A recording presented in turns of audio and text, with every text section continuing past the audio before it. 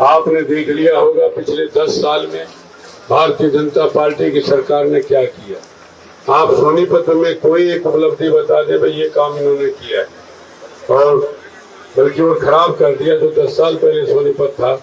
मैं स्टेशन पर गया था परसों सुबह, करीब 2 ट्रेनें आज भी बंद है, जब कोरोना टाइम से बंद हुई थी, और यहाँ रुकती नहीं है। चलती तो है लेकिन रुकती नहीं है ट्रेनें, दोनों फास्ट ट्रेन है। कह रहे सोनीपत नहीं रुकती। भाई सोनीपत नहीं रुकेगी, कहाँ रुकेगी? सोनीपत हमारा हरियाणा का तो सबसे दूसरे तीसरे नंबर का शहर है। गुड़गांव के बाद, फरीदाबाद के बाद तो सोनीपत का नंबर आता है। लेकिन दुर्भाग्य की बात है, डबल इंजन की सरकार थी, राज्य में भी भाजपा की सरकार और केंद्र में भी भाजपा की सरकार, ट्रेन नहीं रुकी। और सबसे बड़ा कारण, जब मेट्रो मेरठ पार कर सकती है, गाजियाबाद पार कर सकती है, रोहतक पार कर सकती है, तो सोनीपत क्यों नहीं? आज भी दिल्ली में अपना कारोबार करने के लिए, नौकरी करने के लिए, मजदूरी करने के लिए 20,000 आदमी बताते सोनीपत एरिया से जाता है। 20,000 आदमी कम,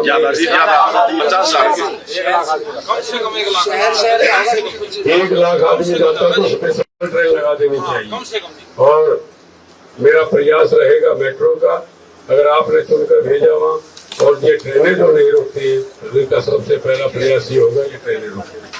सम्मानित, और रोजगार में देख लीजिए आप, 2 लाख पद आदमी खाली है हरियाणा गवर्नमेंट, 30 लाख, बल्कि 30 करोड़ पद केंद्र में, सभी राज्यों में मिला के जो केंद्रीय पोस्ट है उनमें खाली है। ये आज तक नहीं भर पाए। हरियाणा में ले आए कौशल विकास, कौशल विकास का एक नाम रख दिया, तनख्वाह उसे 15 से 17,000 रुपए। कौशल को उसको मांगते हैं जो हमारे कंप्यूटर इंजीनियर हो, वो तो है कौशल विकास, तनख्वाह उसकी 17,000 रुपए। अगर छुट्टी ले ले तो तनख्वाह कटेगी। तो ये तो हाल हरियाणा का है।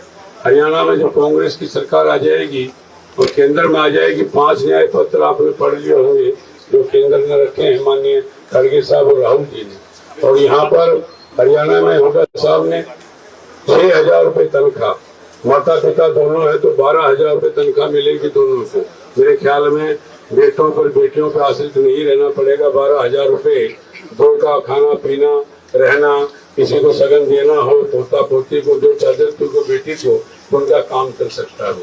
8,500 रुपए एक महिला जो हेड होगी घर की, उसको हर महीना मिलेगा। 1 लाख रुपया केंद्र की योजना है जो हमारी माताएं परिवार का खर्चा चलाती है, उनको साल में 1 लाख रुपया एक बार मिलेगा। और गरीबों के लिए मकान, 100 गज के प्लाट और 2 कमरे लैट्रिन बाथरूम अटैच सरकार देगी बना करके। 300 यूनिट बिजली फ्री, 500 का सिलेंडर, और बहुत काम है। 2 लाख नौकरी पक्की, ये हरियाणा का वो है। संकल्प पत्र बोलते हिंदी में, वैसे मैनिफेस्टो बोलते हैं उसको, ये हरियाणा का है। 5 न्याय यात्रा आपने पढ़ ली होगी जो केंद्र का एजेंडा है।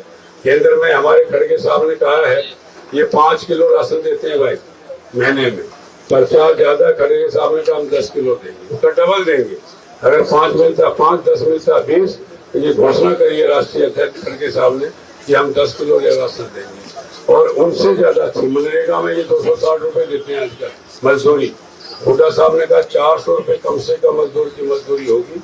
मनरेगा जो हमने यहाँ चला रखा था, राजीव गांधी जी ने पूरे देश में चलाया था, उसमें 400 रुपए मजदूर को दिया जाएगा। उन्हें, मैं आपके बीच में 3 घंटे लेट हो गया। लेट क्या, जहाँ लग रही थी 15 मिनट, वहाँ 1-1.5 घंटा लग जाता है।